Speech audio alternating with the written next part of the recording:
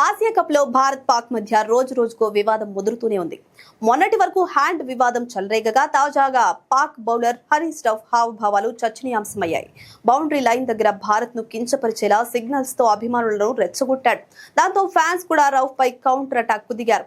ఈ మ్యాచ్ జరుగుతున్న సమయంలో హరీష్ రావ్ 6-0తో చేసిన హావభావాలు ఇప్పుడు భారతీయుల మనోభావాలు దెబ్బతీసేలా ఉన్నాయి అంటూ నెటిజన్లు మండిపడుతూ ఉన్నారు. అయితే హరీష్ రావ్ చేసిన 6-0 సిగ్నల్ పాకిస్తాన్ చేస్తున్న ఒక అబద్ధపు ఆరోపణ. ఈ ఏడాది మే నెలలో ఆపరేషన్ సింధూర్ సమయంలో ఇండియన్ ఎయిర్ ఫోర్స్ కి సంబంధించిన 6 ఫైటర్ జెట్లను పాక్ కూల్చేసింది అంటూ అక్కడ ఆర్మీ ఆరోపణలు చేసింది. రావ్ కూడా సరిగ్గా 6-0 నెంబర్స్ చూపిస్తూ ఫైటర్ జెట్స్ కింద పడినట్లు హావభావాలతో బౌండరీ లైన్ దగ్గర టీమిండియా ఫ్యాన్స్ ని రెచ్చగొట్టాడు. ఇక హరీష్ రావ్ చేసిన అతికి టీమిండియా ఫ్యాన్స్ కూడా అదే రేంజ్ లో కౌంటర్ ఇచ్చారు. T20 వరల్డ్ కప్ 2022లో రావ్ బౌలింగ్ లో విరాట్ కోహ్లీ వరుసగా 2 సిక్సర్లు బాదాడు. ఆ సిక్సర్లు మ్యాచ్ విజయంలో కీలకంగా మారాయి.